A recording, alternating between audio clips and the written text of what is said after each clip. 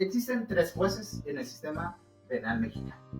Tenemos el juez de control, el juez de enjuiciamiento y el de control de penas. Si bien estos conceptos han ido actualizando y aterrizando en años recientes, porque al inicio fue un caos con la reforma, no lo viví, pero bueno, ¿a qué voy con esto? El día de hoy vamos a hablar brevemente para qué sirve un juez de control y en qué te ayuda a ti.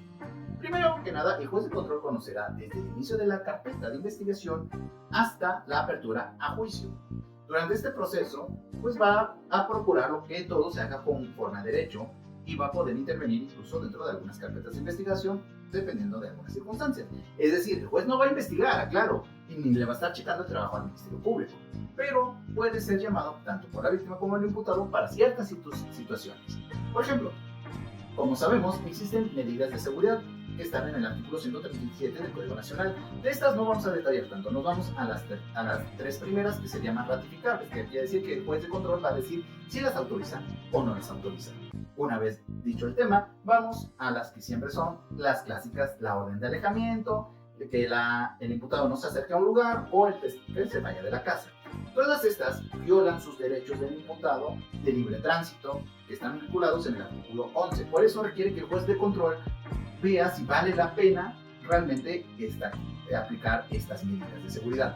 Es decir, va a procurar tanto los derechos del imputado como los derechos de la víctima, analizando el caso en concreto. ¿Esto qué quiere decir? Que es circunstancial. Puede haber 2 delitos de amenaza, pero en una se puede conceder la medida de la fracción primera, que es la famosa orden de alejamiento, y en otra puede que no se cumpla, a pesar de que sea el mismo delito. Todo es muy circunstancial y va a depender mucho de los criterios de los jueces de control. Y aquí es algo importante, muchos creen que el Ministerio Público es quien autoriza esto, pero la realidad es que no tiene esa facultad. Eso es de un juez de control. Por eso es importante tenerlo en cuenta y que también, si el Ministerio Público no la solicita, la víctima la puede llegar a solicitar, pero el hecho de solicitarse no quiere decir que se va a conceder, se va a analizar por medio de una audiencia con las partes si vale la pena, porque estas medidas incluso se le tienen que notificar al imputado, porque no le puedes exigir el no acercarse a alguien si no le dices que no lo puede hacer. Entonces, obviamente, todo esto es dentro de una audiencia, pero como les digo, es muy circunstancial. También vamos a ver que hay algo que se llaman técnicas de investigación. Esto quiere decir que el juez de control va a autorizar algunas cosas como, pues, ¿sabes qué? Hay información privada, necesito que me traigas información de correo, intercepción de correos, intercepción de comunicaciones, congelar cuentas. Todas estas cosas no las hace el Ministerio Público porque hoy se me ocurrió y lo hacemos. No. Requiere una autorización por medio de un juez de control que diga, ok, lo vamos a checar y si vale la pena y si es necesario para la investigación, se hace. Si no, pues no con la pena. Esto implica también las órdenes de cateo. Entonces, por eso, todo esto pasa por un juez de control.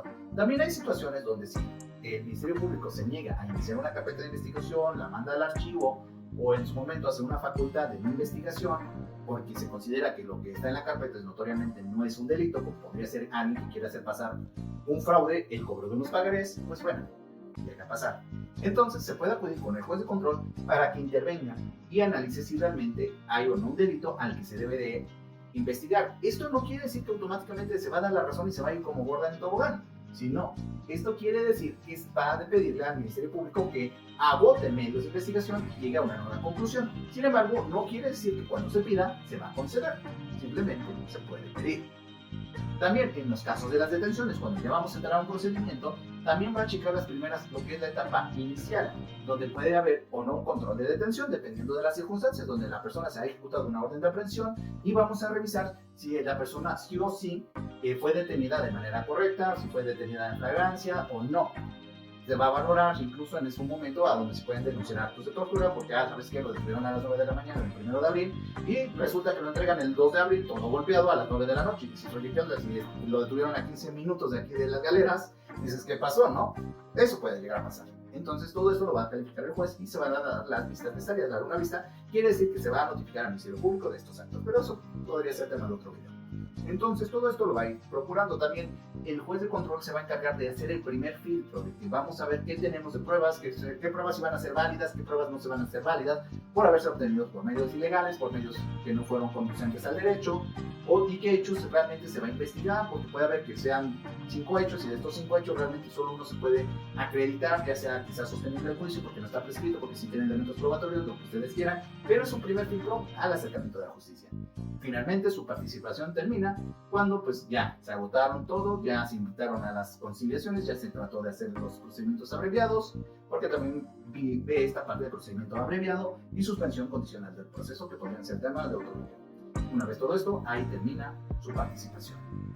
Entonces, como pueden ver, la participación del juez de control es muy amplia, es muy importante y también es un filtro para tratar también de todo lo que sean delitos que se pueden llegar a solucionar por medio de un acuerdo que establezca la ley, pues que se haga y no se gaste la gente en un procedimiento, que después hablaremos de eso también. Así que coméntame, ¿cuál ha sido tu experiencia con el juez de control? ¿Qué dudas tienen? Y pues nos vemos en próximos videos. Hasta luego.